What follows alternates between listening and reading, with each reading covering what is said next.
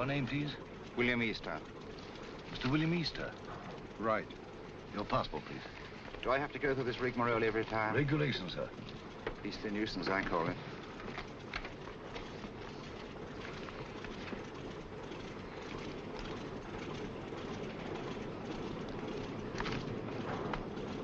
You'll receive your American visa in Lisbon. Will there be time? Definitely.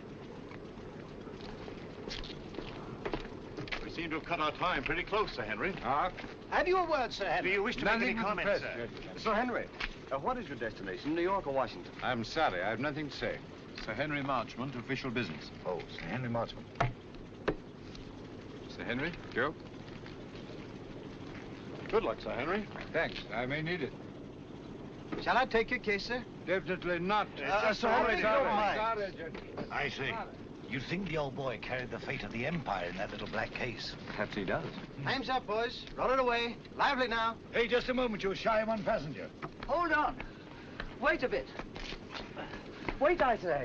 I've got passage. Yes, all right. Your name, sir? Grayson's the name. John Grayson, senior clerk, Paro, Nash and Paro, solicitors, Chancery Lane. You've got it all there. Everything quite regular. Sorry to delay you. Missed the bus. Had to take a taxi. Fearful nuisance. Yes, sir. Hop aboard, will you? We're late now. Thanks. Thanks awfully. Sorry to delay. Thanks awfully. Right-ho, boys. Roll it away. Excuse me, sir. Awfully sorry. Quite all right. No sense of balance. None whatever. Thanks. Clumsy of me. No sense of balance. That's what it is. Effect of the inner ear, I fancy.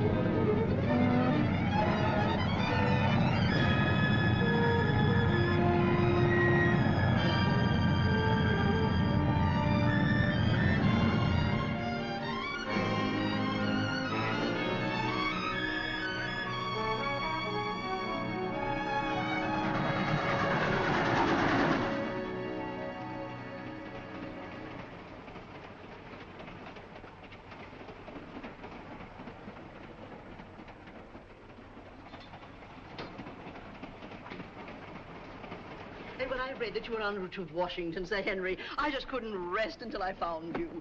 Now, Julia, when can you dine with us?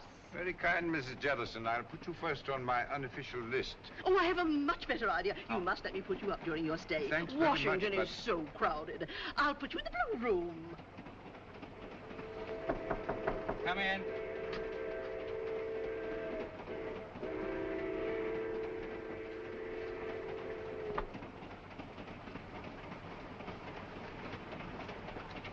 Thank you, sir.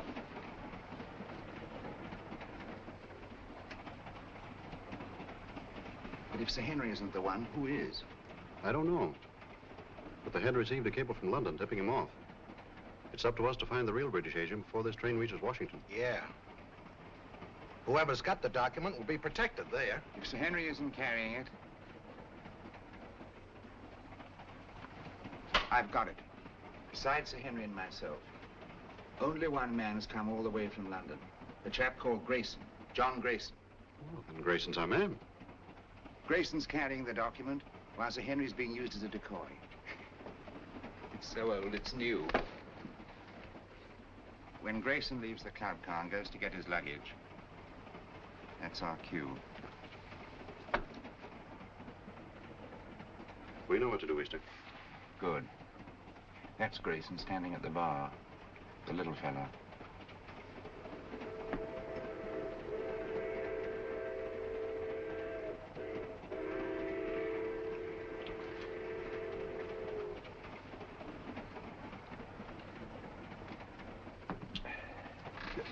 Excuse me, sir. Don't give it a thought, brother.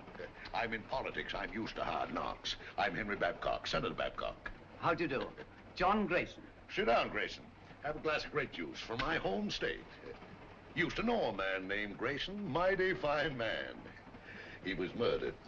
2 grapes, George. On the fire, sir. This book has got me all confused. I do wish you'd set me straight on the international situation. Rather large order, I'm afraid. Oh, you're so right, Sir Henry. One must take the broader view, I always say.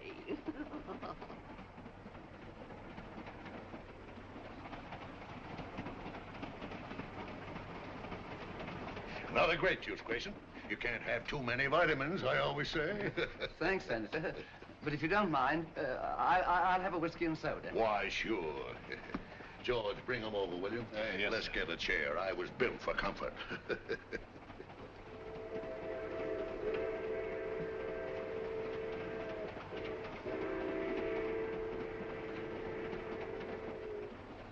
Jolly little beggars, what?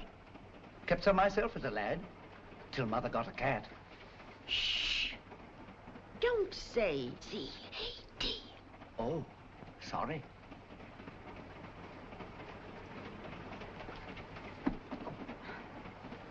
Permit me, ma'am. Oh, thank you. Very kind, I'm sure. Pardon me, sir. Here we are. Porter, Yes, sir? are we on time? Yes, sir. Be in Washington in 20 minutes.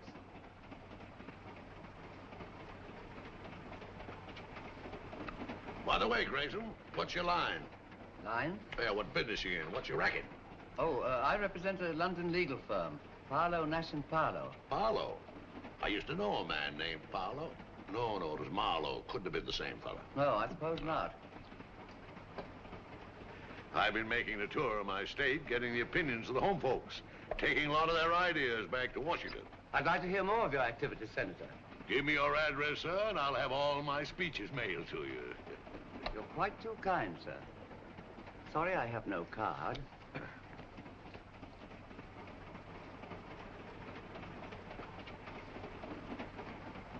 Oh, Porter. Yes, miss?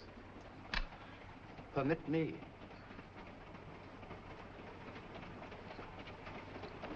Thank you very much. Not at all.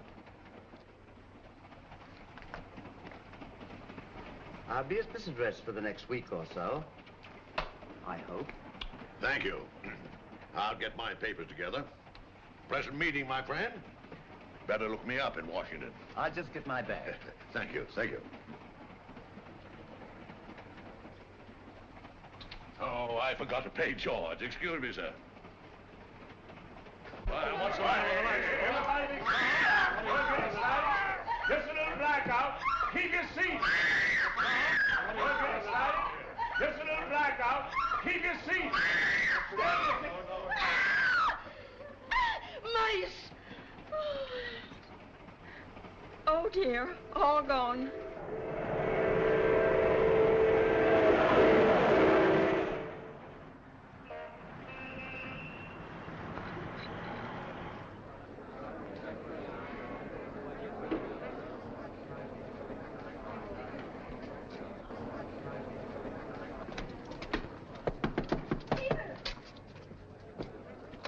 Peter. Nancy, darling. I didn't dream you'd be able to meet me. I got leave. Oh, darling, that's wonderful. Just 3 days. Oh, that's awful. We haven't a second to lose. First thing I did As I was saying, Sir Henry. was get this. Oh, this finger. Well, I haven't had much experience. Look, day after tomorrow, your aunt's giving us a reception. Until then, you and I are going to be a couple of busy people. Oh, I beg your pardon.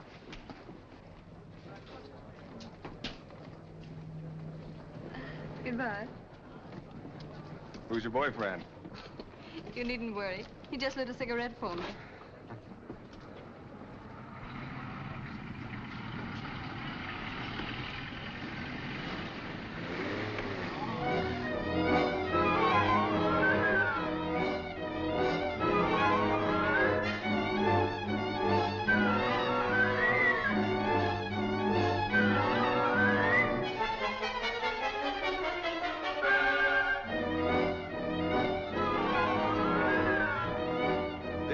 BBC News Bureau, broadcasting from London. At this time, we present our regular morning summary of the news. A British subject has disappeared under curious circumstances. John Grayson, senior clerk in the firm of Parlow, Nash and Parlow, solicitors, Chancery Lane, has not arrived at his firm's representatives in Washington. Foul play is suspected. Deplorable. Simply deplorable. It's the sort of thing that shakes your faith, by Jove. I say, Holmes, shakes your faith in everything. You alarm me, Watson. I've never seen you affected by the news, however startling. Startling, my dear fellow, it's devastating. Seen the scores? The Navy got 428 for 6 wickets against the Army at Lord's. May I draw your attention to the fact that really momentous things are happening in the world today? Oh, I know all about that. I'll get to them later on. Excuse me. Mind my egg, old bean. Oh, I'm sorry. With your consuming interest in the game, I'm surprised that you've changed your mind about running up to Lord's cricket ground this afternoon. It can't be helped. I had to put it off. How did you know I changed my mind? Elementary, my dear Watson. Invariably, when you go to a cricket match, you fill your flask with my best whiskey. Just now I noted in passing that the flask was empty. A single whiff informed me that it had been recently filled. Obviously, after filling it, you would pour the contents back into the bottle. Therefore, you had changed your mind about a cricket match. You amaze me, Holmes. You positively amaze me. Come in, Mrs. Hudson. Oh, excuse me, Mr. Holmes. There's a gentleman, and he's very insistent. Well, I do declare he followed me right up the stairs. Didn't I ask you to wait? My good woman, you may ask me to wait, but not the British Empire. Mr. Holmes, I must talk to you immediately. How are you, Mr. Arons? That will be all now, thank you, Mrs. Hudson. My good woman, indeed. Arons? I seem to know that name. Don't tell me, my dear Watson, that you don't recognize Mr. Arons at the Home Office. Oh, yes, of course. I knew the moment you came in. How are you, Arons? How do you do? Do you see what the Navy did to the Army at Lord's yesterday? All right, Watson, Yes, go yes. on with your breakfast. Bad show. 428, 6 wickets. Mr. Holmes, I'm here on a matter of the utmost secrecy. Now, I assure you, Mr. Arons, that Dr. Watson is the very soul of discretion. Won't you sit down? By the way, Watson, please be so good as to keep tapping on the table with your knife. Tapping on the table now? It will break the wavelengths if by any chance there's a dictograph in the walls. Oh, really? Cigarette? No, thank you. You can stop now, Watson. Well, Mr. Arons, I take it you've called on me in connection with the kidnapping of John Grayson in America last night. Yes. Yes, exactly. Grayson was carrying a document of a very confidential nature. Indeed. Its contents are of such great international importance that I am not at liberty to reveal them. But if that document falls into the hands of the enemy, I can only say it will be absolutely disastrous for this government and our allies. For that reason, we did not wish to transport it to Washington in the usual way. So, a regular king's messenger, Sir Henry Marchmont, was dispatched. Not carrying the document, of course. That's right. Sir Henry was a sort of... sort of red herring, shall we say? Precisely. The document was actually entrusted to a reliable but insignificant man in our Secret Service. On his arrival in Washington, he was to make himself known to Sir Henry and deliver the document. Now, not even Sir Henry knew that this man, Pettibone, who traveled under the name of John Grayson, was the real messenger. Pettibone? Yes. Alfred Pettibone? Yes. Good man. None better. I've worked with him often. I hope you may be able to work with him again. But he's completely disappeared. He's vanished, gone, without leaving a trace. I can see the possibility of serious ramifications in his disappearance. Exactly. So far, we've been able to keep the knowledge of our loss from both the American and British public. Holmes, you must retrieve that document before it can be used against us. Of course, the Washington police have been notified of Grayson's disappearance, but even they don't know that he was carrying the document. Now, that's about all the detail I'm at liberty to give you. Well, if they've got Grayson, that is Pettibone, they must have got the papers. Not necessarily, Watson. It doesn't follow because they've got the man, they've got the document. What form was this document in? It was typed on 2 sheets of legal paper. 2 sheets? That's too bulky to swallow. And dry, Watson. Fearfully dry. Especially legal papers. Well, whatever shape the document was in, I trust Pettibone to get rid of it before anyone could lay hands on him. The document must be found before it falls into the hands of our enemies. I'm here on behalf of His Majesty's government to urge you to find it. That means going to Washington, of course. With all possible speed. A bomber is waiting for you at Croydon. Goodbye, Dr. Watson. Goodbye, sir. Goodbye, Aarons. Goodbye, Holmes. Good luck. Thanks very much. We're relying on you. Well, Watson, we're off to Washington at once. America? I say, that's exciting. I've never seen a game of baseball. Let's go and start packing at once. First, I'd like to take a look at the home of Alfred Pettibone. Come on, Watson.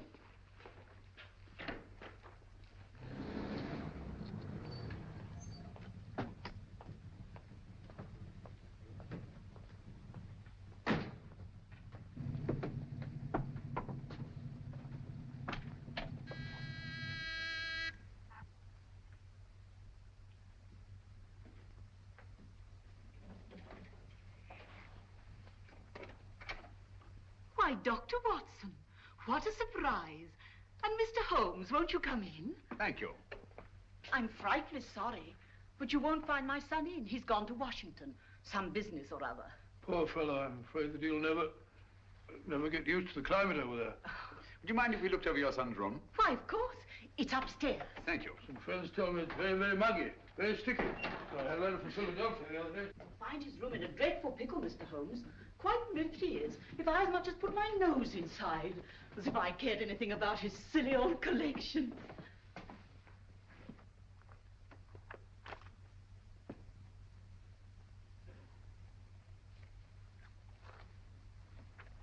This sort of Pettibone seems a curious sort of fellow. Sort of collector of collections. Postage stamps. Military buttons. Butterfly. I don't know. Bugs. Snapshots. All sorts of rubbish. Yes, I shall write a monograph someday on the noxious habit of accumulating useless trivia.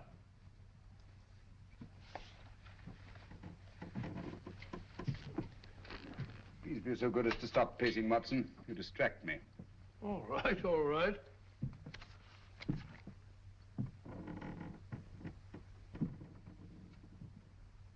Unless I'm greatly mistaken, our friend Pettibone did not carry 2 pages of legal paper when he left this room. I wouldn't be too sure, Holmes. Ashes are deceptive, you know. On the contrary, my dear Watson, the rag used in our official documents leaves an ash that is unmistakable. Oh, do stop pacing. I'm not pacing. I haven't moved an inch. I'm sorry, old fellow. My error.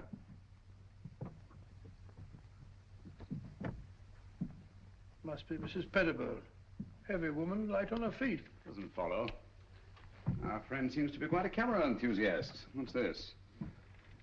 Cook F1.5. That's a very fast lens. F35. Summer. Copying setup. American match folders.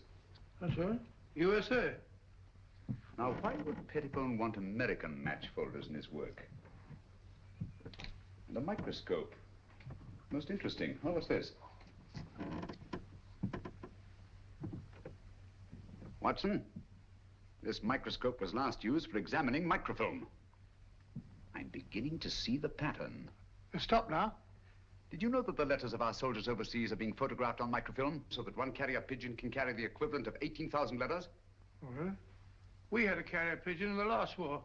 Back in 1915, belonging to the Brigade Signal Corps. Did you? Yeah, the poor bird kept flying round and round in circles all day long.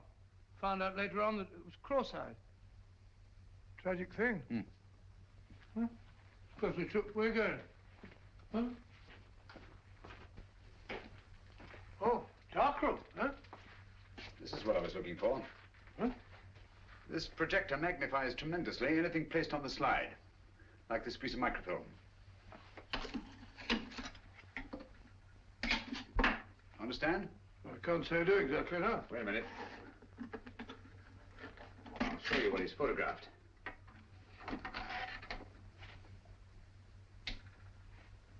Oh, it's a match folder. What do you want to photograph that for? Probably to line up his equipment before he photographed the document. We've got it, Watson. Look over? Yes. Come along. Oh, it's all as clear as mud to me. Just as I thought. This document has been reduced to microfilm to make its concealment possible. Alfred Pettibone is a most ingenious fellow. A bulky document is obviously difficult to conceal. But 2 pages of estate paper, photographed on microfilm, would be reduced to a size no larger than a halfpenny stamp. Slitting a match folder with this razor blade,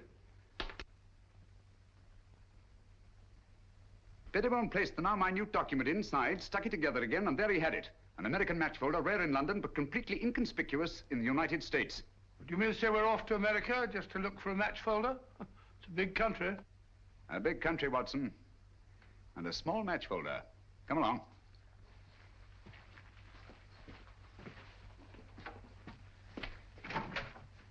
Did you find what you were looking for, Mr. Holmes? Yes, thank you, Mrs. Pettibone. By the by, you haven't been up on the roof in the last 20 minutes, have you? Why, no. What made you think... Well, we distinctly heard footsteps... Nonsense, Watson. It was the house settling. Gracious, yes. Such popping and groaning. We're quite used to it. Thank you. Goodbye, Mr. Holmes. Goodbye, Mrs. Pettibone. Goodbye, Dr. Watson. Goodbye. So sorry you missed Alfred. I'll tell him the minute he gets back. Gets back? Oh, yes, of course. Well, goodbye again, Mrs. Pettibone. Just a minute, Watson.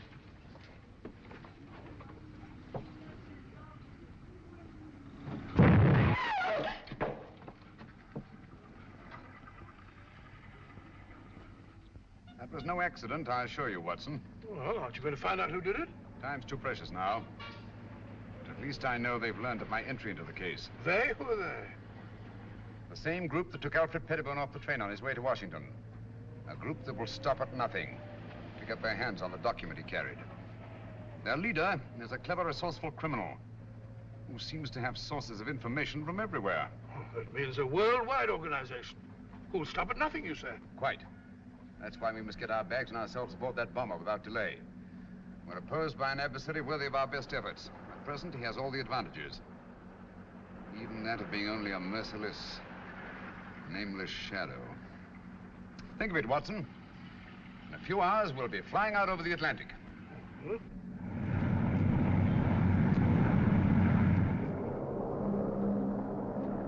We're flying over New York, sir. New York, eh? Yes, sir. We've been cleared by radio. Non-stop, Washington.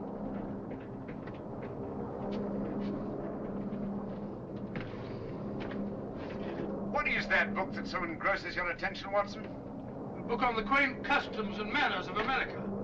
We must be halfway across, and I've only got to page 37. For your information, my dear fellow, we are now flying over New York. Flying over New York? Gracious me. Extraordinary thing.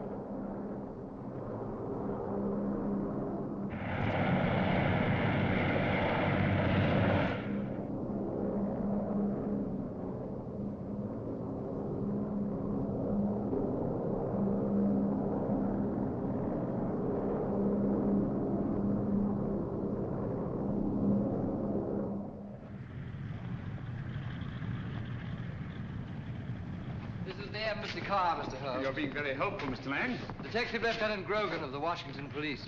How do you do? Welcome to Washington. Thank you. This is my associate, Dr. Watson. How do you do, sir? How are you? I suppose I should say, how are you, buddy? What's cooking? Oh, come along, Watson. Oh, it says it's in the book. What was cooking?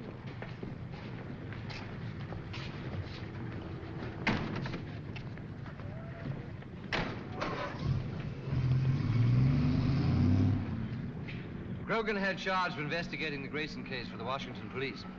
Any new developments, Grogan? None, Mr. Holmes. We're glad to let you have our complete file. And, of course, we'll cooperate in every way. Thank you. I shall appreciate your help. Especially as I'm unfamiliar with your country. Oh, yes, of course. This is your first visit. Oh, there's the Lincoln Memorial.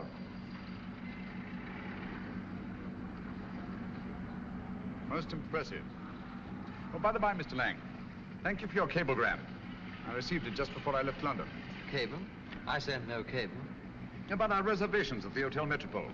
Why, no. We thought you'd stay at the embassy, of course. Look at that. Well, since some strange person has taken such an extraordinary interest in my welfare, I think I shall stay at the Hotel Metropole. Oh, Mr. Holmes, there's the Washington Monument. There's the Capitol, Mr. Holmes.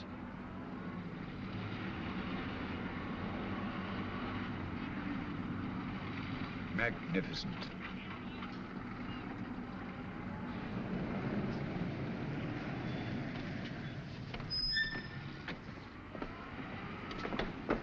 We're expecting you, Mr. Holmes. Thank you.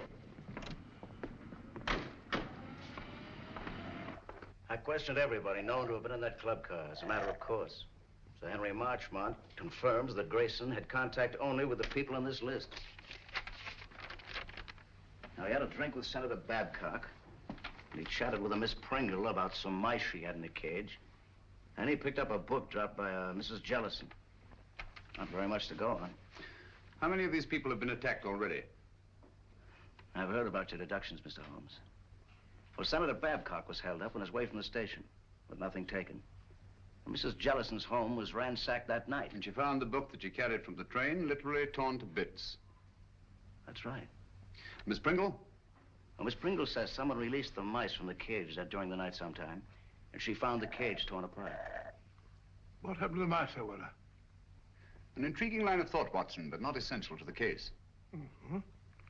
Apparently, Grogan, they're still looking for the document. I'd very much like to have a look at that club car.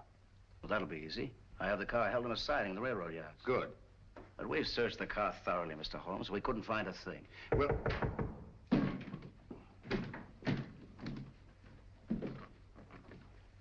What are you doing? What's this? Mr. Holmes, your trunk. Trunk? I have no trunk. It says right there. To Sherlock Holmes, Hotel Metropole. How was this trunk delivered? An expressman brought it, sir. What's the name of the company? Do you remember the license number? Naturally, I didn't notice that. I just signed for it. All right, thank you. That'll do. Well, this trunk's not locked.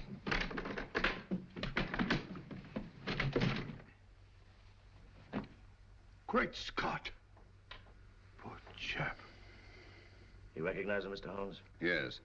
Who was he? The man we're looking for, John Grayson. His real name is Alfred Pettibone. British Secret Service. But why should they send the body here? Obviously to frighten us. Or to tell us they know that Sherlock Holmes is on the case. Gentlemen, they knew we were on the case as early as their attempt on our lives in London. They're much too intelligent to believe that a corpse would frighten a trained detective. No, I rather think they intend this as a message. And they wanted to be sure that I'd be here at the Hotel Metropole to receive it. Message? What do you mean? They want us to believe that they found the document. And therefore have no further use for Grayson. Well, if that's true, then we're done for. I'm not so sure that it is true, Watson. If they have the document, why are they wasting time sending me this? No, it's an attempt to throw me off the track. Grogan, you've a police laboratory, of course. Certainly. I'll see what I can find out about the body. Yes, whatever marks it reveals. And the trunk. A microscopic examination. Everything about it. The lining, the blanket in which the body is wrapped, everything. Let nothing escape. We have the best police laboratories in the world, Mr. Holmes. I beg your pardon, Lieutenant Grogan. Oh. You see, I'm so accustomed to working quite alone at my lodgings in Baker Street that I sometimes forget the more modern scientific methods so particularly effective here in America. But if there's anything there, they'll find it, Mr. Holmes. While you're doing that, I'll take a look at the club car. Coming, Watson? Here we are, Mr. Holmes. I have the porter, as you asked, and the railroad company sent Mr. Moore to unlock for us. Delighted. How do you do? Very good. Let's go in. This way, gentlemen. Well, it looks as if the police have made a thorough search. Whoever did it, it wasn't the police. There have been visitors here since our friend Grogan. My goodness, look at our car. Talk about a blitz. I say, Holmes, if Grayson hid anything in this car, it certainly isn't here now. Not necessarily, Watson. If you'll help me put this place in some kind of order. Yes, sir, boss. This would go about here, I imagine. That's it, boss. Yes, and, yes. wait a minute. Oh, yeah, that's certainly more like it. Yes, sir. Thank you. That'll be all. Watson, will you be Mr. Grayson for the moment? Grayson? Huh, if you want me to, old man. What do you want me to do? You're having a drink at the bar. Oh, drink? Oh, that's not a bad idea. Drink at the bar. Bring me a whiskey and soda, will you, Stuart? Stuart? Sorry, Dr. Watson, but the bar's closed. Oh, says the bar's closed. According to Grogan's reconstruction of the scene, let me see. Yes. Grayson pauses at the bar while Senator Babcock moves across and sits down here. Do you mind being Senator Babcock for the moment, Watson? Oh, going up in the world. Sit down, please. Now, Miss Pringle is seated there. Over there, Watson. Hmm?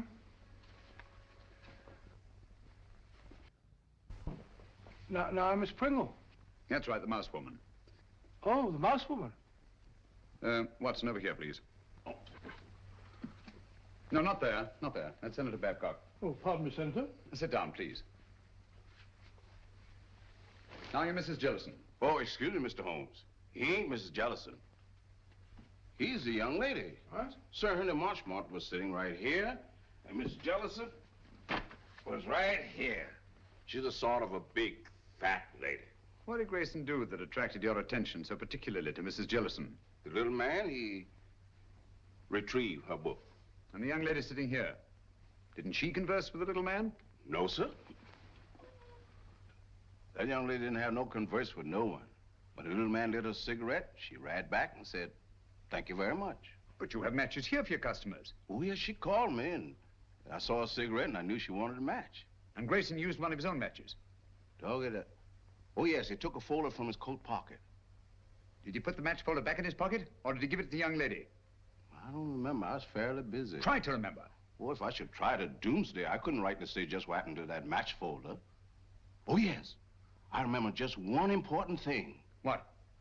When the little man lit her cigarette, he said something very peculiar. What was it? He said, "Permit me." Oh. Well, gentlemen, I'm extremely grateful to all of you. That's all we can do for the present, I think. Since the place was torn to bits after the murder of Grayson, and the attacks on Senator Babcock, Mrs. Jellison, and Miss Pringle, I'm convinced that the document left the club car long before these events. But how? By whom? And who was the mysterious young lady whose cigarette Grayson lighted? Did anyone meet the young lady? He sure did. He? Who was he? Tall, handsome, in a uniform. I see. I suppose you wouldn't remember what kind of a uniform. I certainly would. Lieutenant. Navy flyer. My boy's in the Army. He's going to be a flyer, too. Splendid. Did you happen to hear them say anything? Oh, I didn't happen. I just couldn't help hearing it. Mm-hmm. Well, what did they say? Oh, yes, he said he had 3-day leave. They had to move fast before the big part her aunt was giving them. Then, too, he put a ring on her finger, and they both looked mighty happy. Mm-hmm. Just the way you're looking right now. And the way I'm looking myself. Come on, Watson. That's the girl. I told the head I could swear to it. Is the address there? All there. Right in our laps. And also right in the lap of Sherlock Holmes. That's the least of our worries. The head could handle 10 like Holmes. I hope so. But don't underrate that Englishman. I have several friends who did. They now grace some of the best prisons in England.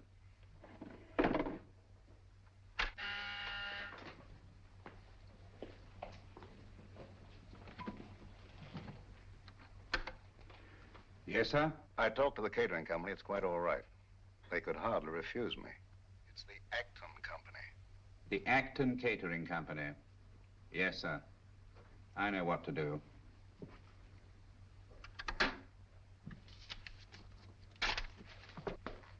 Pop over there. You're going to work for the catering company. Right.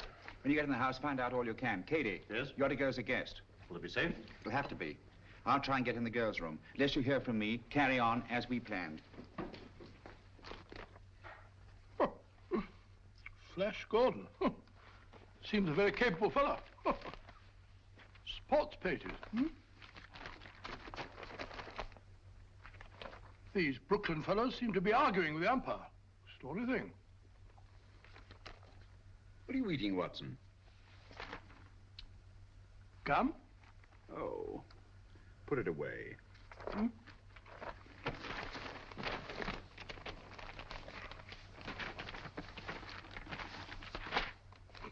I've never seen you take an interest in the society columns before. It's a concern I'll drop at once, I assure you, Watson. You found what you're looking for? Well, how do you know this is the girl? It would be an extraordinary coincidence, wouldn't it? If more than one naval lieutenant in Washington were to become engaged in the last few days to a girl from New York whose aunt was giving them a reception. By Joe, you must be right. She's a pretty girl. Yes. He's walking around with dynamite in her handbag.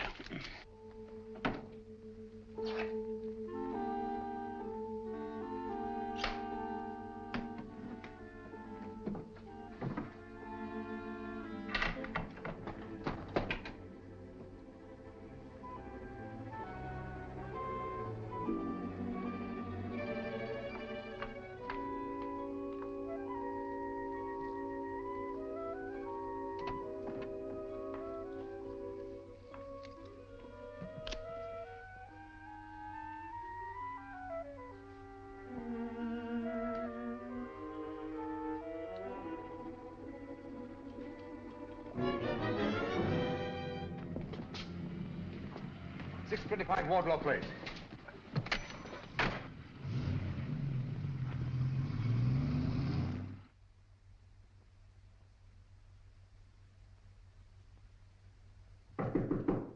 Who is it? Me, Pete. You can't come up here. I did, though. One get you two. That party's gonna be awfully dull after this. Let's not go. Let's go away and get married. You've only got one more day. That's an idea. No, we can't do that to Annie. I'll tell you. Let's sneak a look at the new apartment. It was awful sweet of Auntie to give us the whole floor of this house for our apartment. The least we can do is let her have the fun of showing it to us. Okay. Let's face the party. I'll get my bag.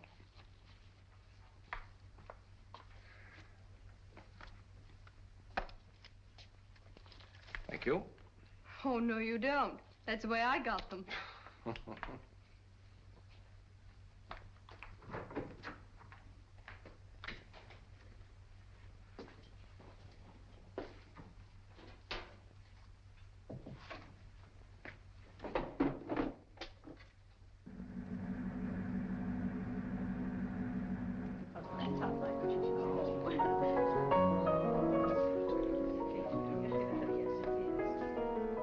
How do you do? So glad you could come.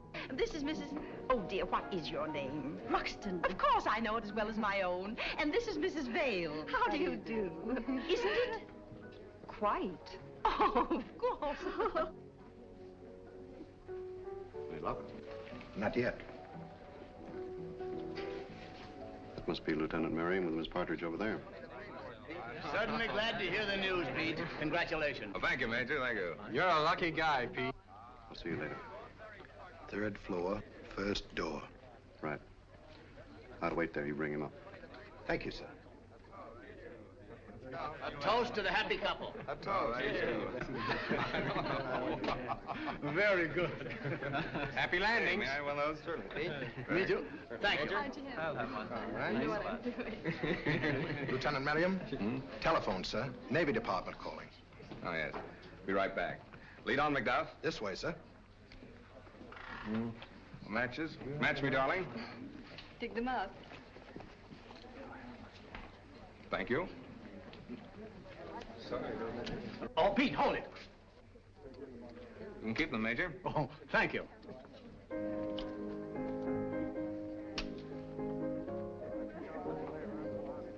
Thank you. Not for me, thank you. No, thank you. Why up here? They said it was private. There's a phone in here, sir. Hey, it's my new apartment. Miss Parches didn't want me to see it till after it was finished. Here you are, sir.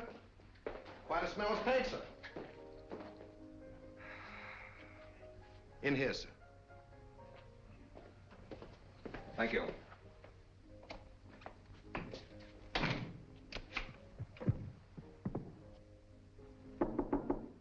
Okay, now.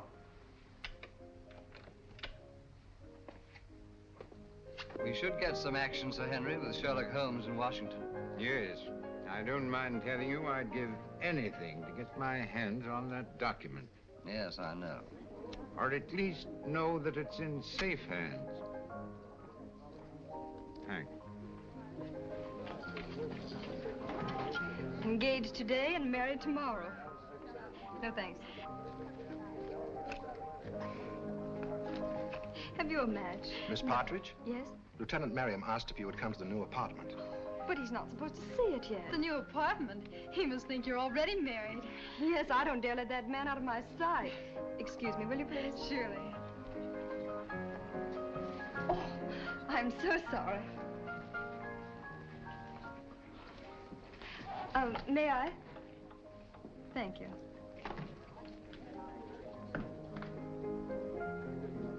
This way, please. Oh, I know the way, thank you.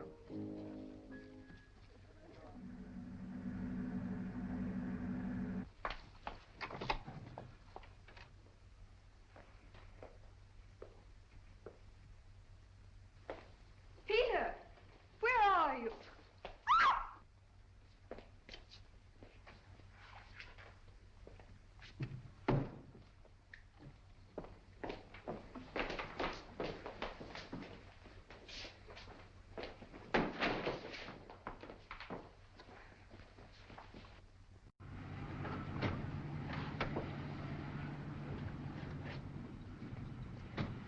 Well, here we are, Grogan. Good connection.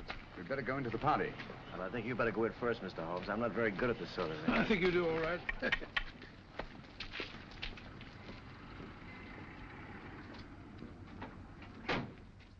The only possible explanation. Mrs. Partridge, forgive my intruding, but is your niece the kind of girl who would just disappear in this manner of her own free will? Well, ordinarily, of course not.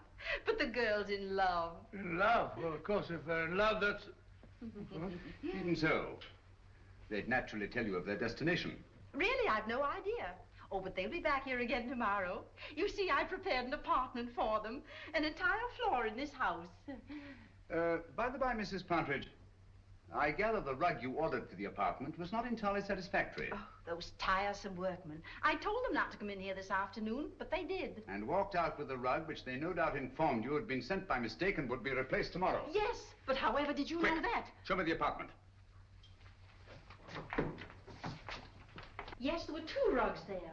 One for the living room and one for the dining room. All your workmen wear rubber-soled shoes, do they not? Oh, but yes, always. Their company requires them to.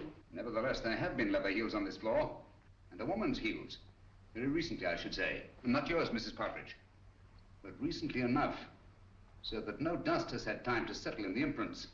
Stay over there, please.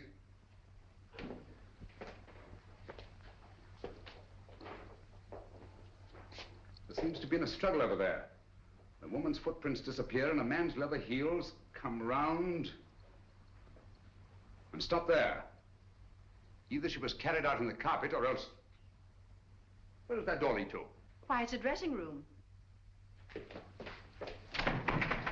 Perhaps an ordinary skeleton key. Try it. Watson, this is a matter for you, I'm afraid. Excuse me. Who is he? Is it Miriam? Peter! Take it easy, Mrs. Partridge. Let the doctor examine him. How is he, Watson? Nasty crack of the head. Nothing serious, thank heavens. Is there somewhere where you can lie down? Of course. Poor Peter. Take him to my room. Yeah, son, put your arm around my neck. That's the old chap. Mr. Holmes, you must find Nancy. Quite. Poor Peter. That girl disappeared right from under our noses. It's unbelievable. I better try to trace that truck. That won't lead us anywhere. Our antagonist is too clever for that. But the girl must be found immediately. You're sure the police chemists found nothing definite in their examination of the trunk? Not one thing pertinent to the case. What about Grayson's body and the blanket it was wrapped in? Nothing. Every object connected with this case has some kind of story to tell. Do you think they'd mind if... The laboratory is completely at your disposal, Mr. Thank you. Dr. Watson and I will go there at once. Usual findings on the trunk, Mr. Holmes. Bought in Washington, been banged about a good deal. All labels removed. And the body? No marks of any kind. Very well. If you need me, call. Thank you.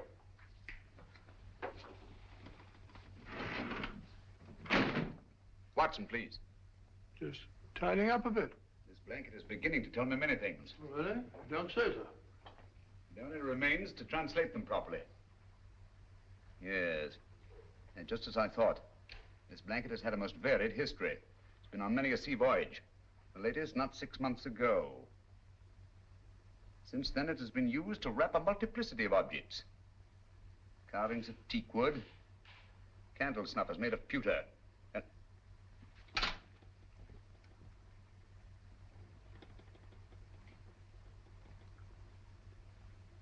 and furniture. Furniture? Yes. Teakwood leaves an unmistakable stain. Pewter rubs off easily. And there are evidences of wax drippings. But what particularly concerns us, Watson, is the furniture. Most likely a chair. Louis the 15th. In yellow and maroon satin. What do all these things suggest to you, Watson? Let me see. An aunt of mine, Matilda, lives in Brighton. Very old-fashioned. Very aged. Exactly. Antiques. We've a lot of ground to cover before nightfall. Ground? What ground? If necessary, all the antique shops in Washington. A-N-T-I. There we are, antiques. Antiques? What connection is a Louis XV's chair with this partridge girl? This sliver of wood came from a Louis XV chair that had once been wrapped in that blanket. From other evidences the blanket supplies, I deduce that it's been used in an antique shop, and whoever controls those antiques murdered Grayson and kidnapped the girl. What? That's it, Watson. Come along. Before the girl's kidnapper becomes her murderer.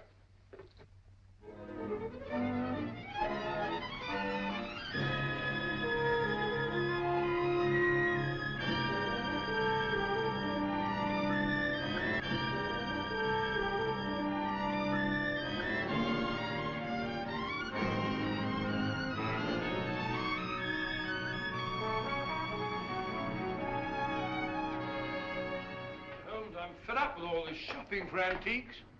We must keep searching, Watson. The girl's in grave danger. Hello. Hello? Oh, sorry. What is it, Holmes? This isn't the place it seems to be.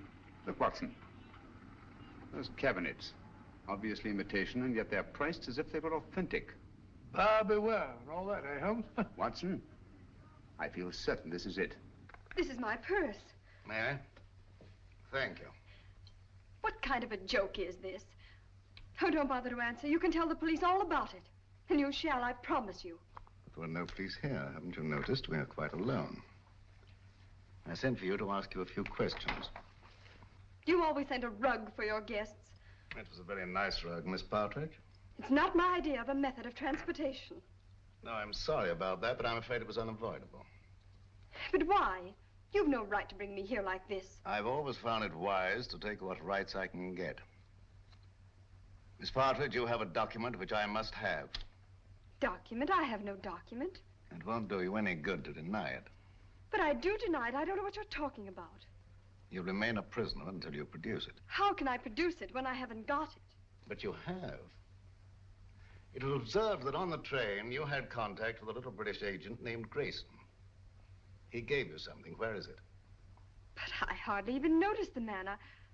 I wouldn't even have remembered him if I hadn't seen his picture in the paper. He disappeared or something. He's dead, Miss Partridge. Oh. Now, will you tell me what I want to know? But I can't. You won't? I can't, I tell you.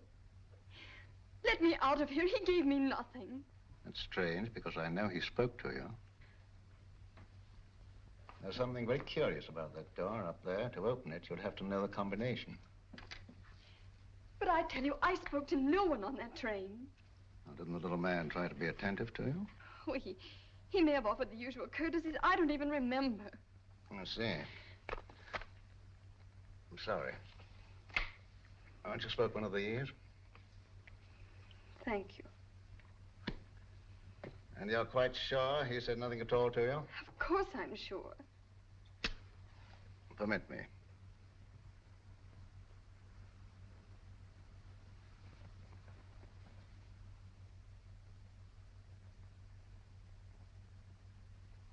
And you're certain that nothing passed between you? I'm certain. Mr. Howe, please.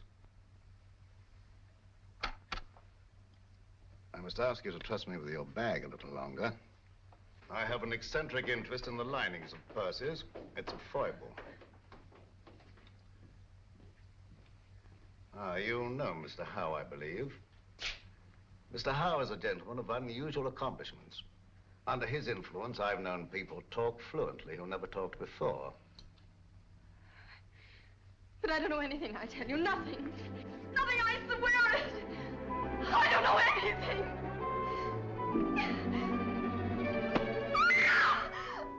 You stay out here. I'll go inside. I'll assume the character of an eccentric art collector. As soon as I'm convinced that this is the place we're looking for, I'll signal to you. And you get Grogan and bring him here on a run. But don't lose any time. An extra second may cost a life.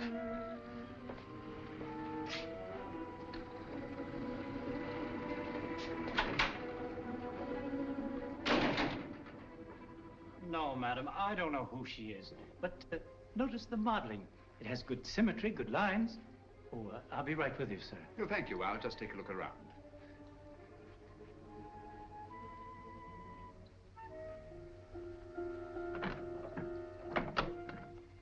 What an extraordinary cabinet.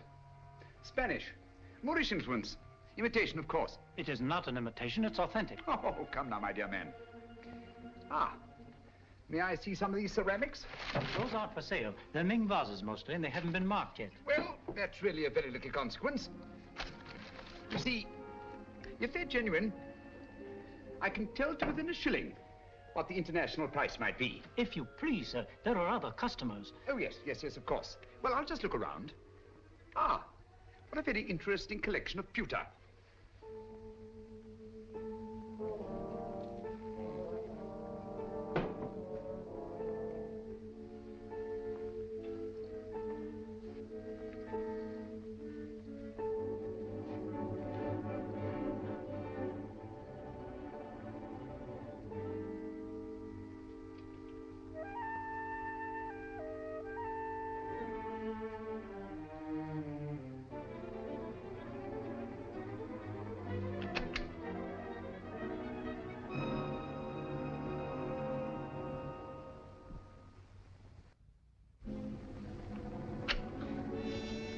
That'll be $500.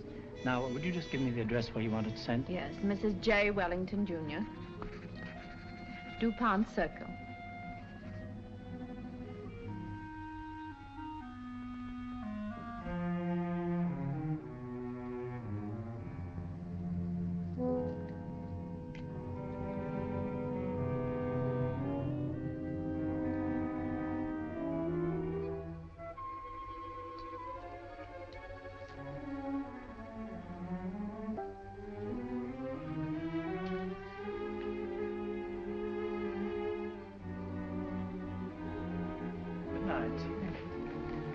Good night.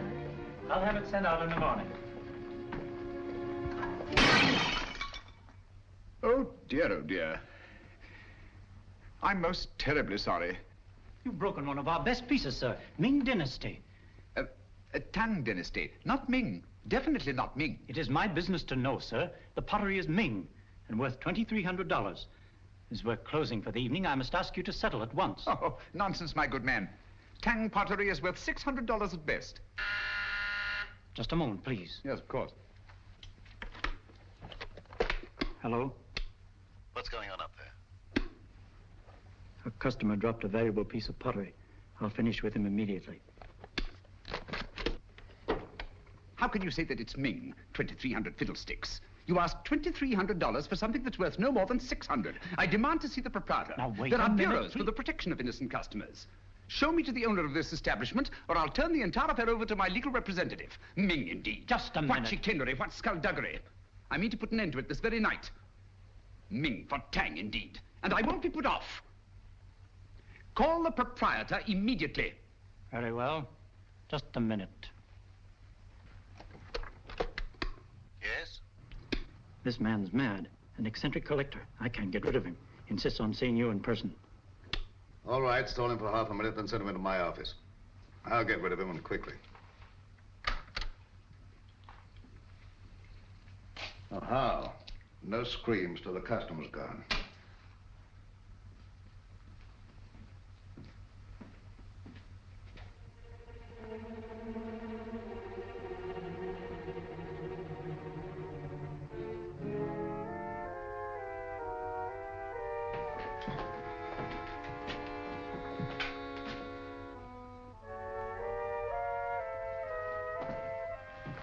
You get downstairs. Yes, sir.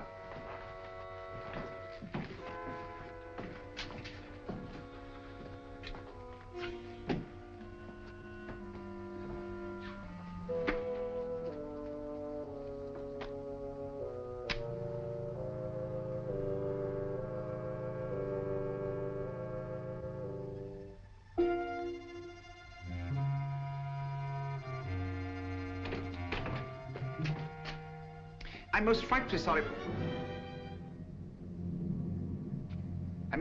sorry about the vase, but really, sir, your clerk is guilty of attempting the most obvious fraud. You see, he tried to convince me that I'd broken a Ming pottery when anyone could see that it belonged to the Tang era. Its value is no more than $600. All right, you pay him the $600. We'll call the matter settled. Oh, thank you very much, sir. Thank you. I'll send you my check in the morning. I see you know the London value of these pieces. It's my business. Exactly. Yes, exactly. You know, I think you're just the man to help me find some furniture I'm anxious to get. I'm most frightfully bored with the usual conglomeration of pieces that we can pick up on the other side. What do you really want, Mr. Sherlock Holmes? Herr Heinrich Henkel, or as you now call yourself, Mr. Richard Stanley. In 1914, secret agent of the German Kaiser. Since then, head of the most insidious international spy ring that ever existed.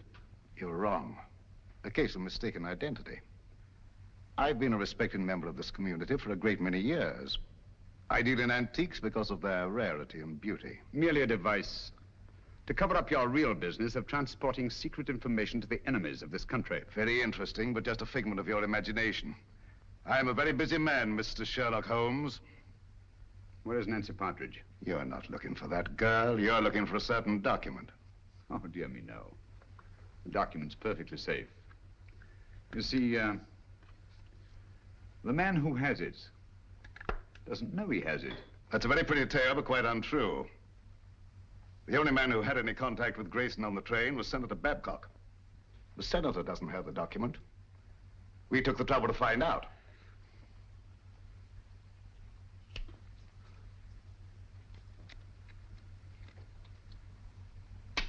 Permit me. Thank you. Perhaps you've been misled by the common notion regarding the shape and bulk of state papers. They might easily have been reduced to a convenient size, you know. Say, a document no larger than a postage stamp. Postage stamp, huh? That's a very interesting theory, but not supported by the facts. And quite beside the point. Where's the girl? She's not here, of course, but you're quite at liberty to look round if you care to. Thank you. I shall do so.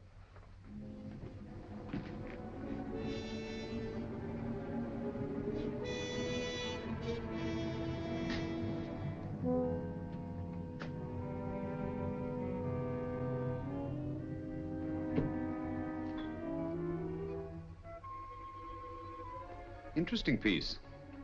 Spanish, isn't it? Moorish. Oh, my error. It's an amazing specimen. I assure you won't find what you're looking for there. You stimulate my curiosity.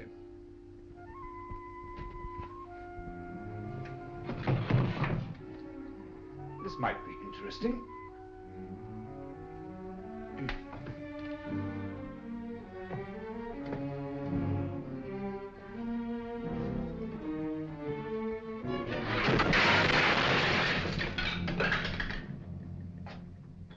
The Moors were an incredibly inventive people, weren't they? Yes, it was in shocking condition when I got hold of it. But I had it restored. It's very lively now, but old-fashioned. If that's the best you can do, Mr. Stanley, I think I may safely examine the rest of the room. Now, help yourself. Thank you. Take your hand away from that drawer. Mr. Holmes, you didn't think I was going to draw a weapon. I never touched the things. How odd to find you squeamish.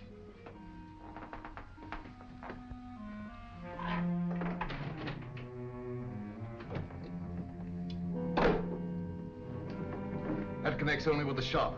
You're very quick to say so. And yet a short while ago, I saw two other men in this room. And they didn't go back into the shop, so there must be another exit. And perhaps another room. Yes, Mr. Stanley, what is it? Bring Miss Partridge here at once. Excellent, Holmes. I see your voice hasn't lost its flexibility. And my hand hasn't lost its cunning either.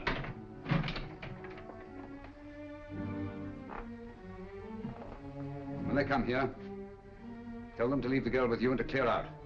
You think I'll do that? Yes, you will. You're playing with lives now, Stanley. Not just the girls. Thousands, millions perhaps. And we don't intend to let one man have that much power. Not now, not at any time in the future. I prefer you alive to face the retribution that's coming to you. But if I have to do it...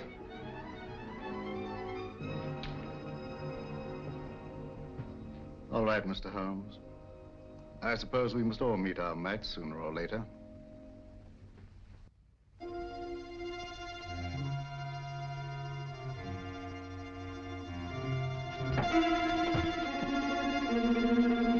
That's enough, boys. Take your hands off him. Well, Mr. Holmes?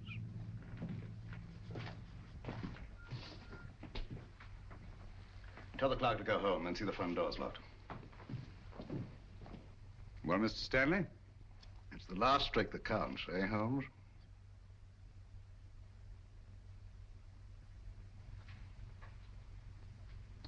I'll remind you of that later.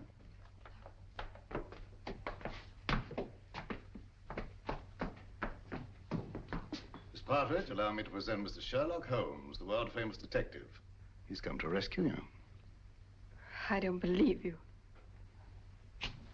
Oddly enough, he's telling the truth. My name is Sherlock Holmes, and I did come here to help you. But I seem rather to have missed it. I'm sorry. I'm afraid you've had a bad time. Oh, that doesn't matter. It's Peter. They say they'll do something to him if I don't tell them. They say they've got him. Cheer up. He's quite safe. A tough customer like Peter isn't disabled very long by a clout on the head. He's all right. All okay, Mr. Stanley. Look here, Stanley. This girl knows nothing. I promise she won't even identify you. Well, unfortunately, she knows enough to hang us. So do you. I'm surprised at you walking into a trap like this, but you see the position I'm in and what has to be done. Katie, how?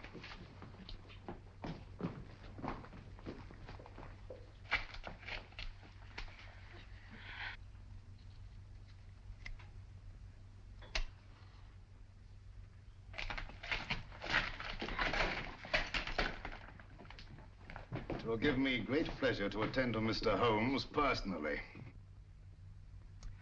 Easter, and the girl's yours.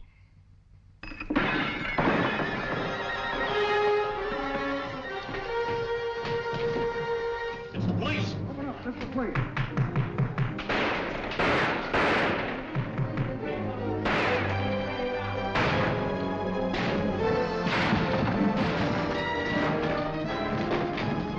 Holmes, where are you? You all right?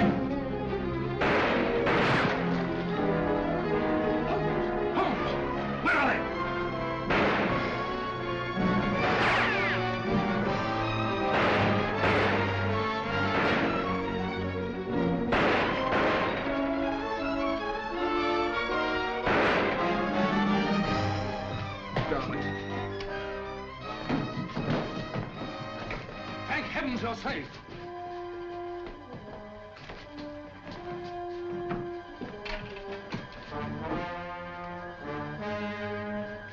Quick! Stanley's escaped. All right, boys, bring them along. Come on, Lieutenant. Let's go, sir. Send it off this building. Double quick.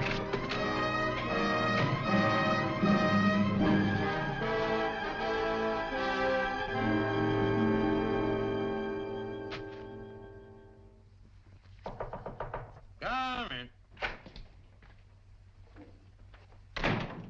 I'm glad you're safe, Senator. Safe? No man is safe. Look at the way my constituents snipe at me.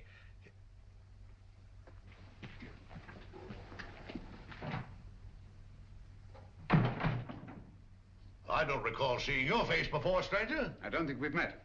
Well, that explains it. My name is Sherlock Holmes. Glad to know you, Holmes. What's on your mind? Senator Babcock, I'm here to inform you of grave peril to your life. Richard Stanley, a dangerous criminal, is now on his way here. Richard Stanley? Why, he's the most respectable citizen of Washington, has been for years. What could Stanley possibly want from me? A document. From under the stamps of a letter given to you by a chap named Grayson. Grayson? Grayson? Used to know a man. Grayson? Why, that's the fellow disappeared. Say, I got that envelope right here in my wallet. Now, what does Stanley think could be under these stamps? A secret document of grave import. Reduced to microfilm and concealed under these very stamps. Thank you very much, Mr. Holmes. That's just what I wanted to know. I might have missed this microfilm if you hadn't led me to it. I seem to have underestimated your capabilities, Mr. Stanley. Yes, Mr. Holmes. Your famous powers of deduction and observation made you very well in Limehouse or Soho. But here in America, I believe you're out of your depth. If so, the verdict of history will be severe indeed. You nervous, Sherlock Holmes? I must confess to a marked irritation. Do you, mind if I smoke?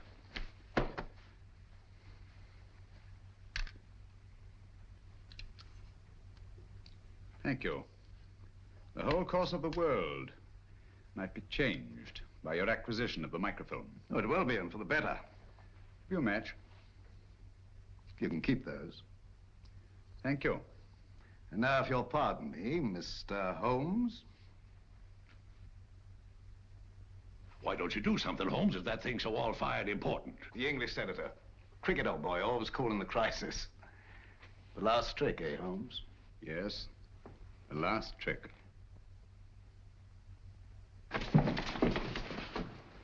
Say, you're a smart fellow, Holmes. Here's the microfilm, Holmes. Thank you, Senator.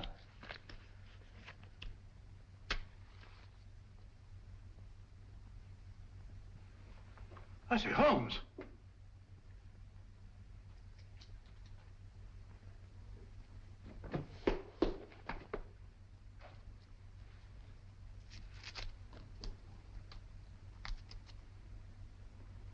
This is the microfilm with the document on it.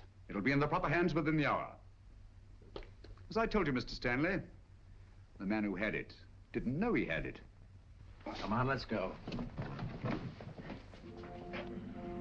Well, it'll be nice to get home to Baker Street, eh, Holmes? Yes. But this is a great country, Watson. It certainly is, my dear fellow. Look, up there ahead. The Capitol. The very heart of this democracy. Democracy? The only hope for the future, eh, Holmes? It's not given to us to peer into the mysteries of the future. But in the days to come, the British and American people will, for their own safety and for the good of all, walk together in majesty, in justice, and in peace. That's magnificent. I quite agree with you. Not with me, with Mr. Winston Churchill. I was quoting from the speech he made not so long ago, in that very building.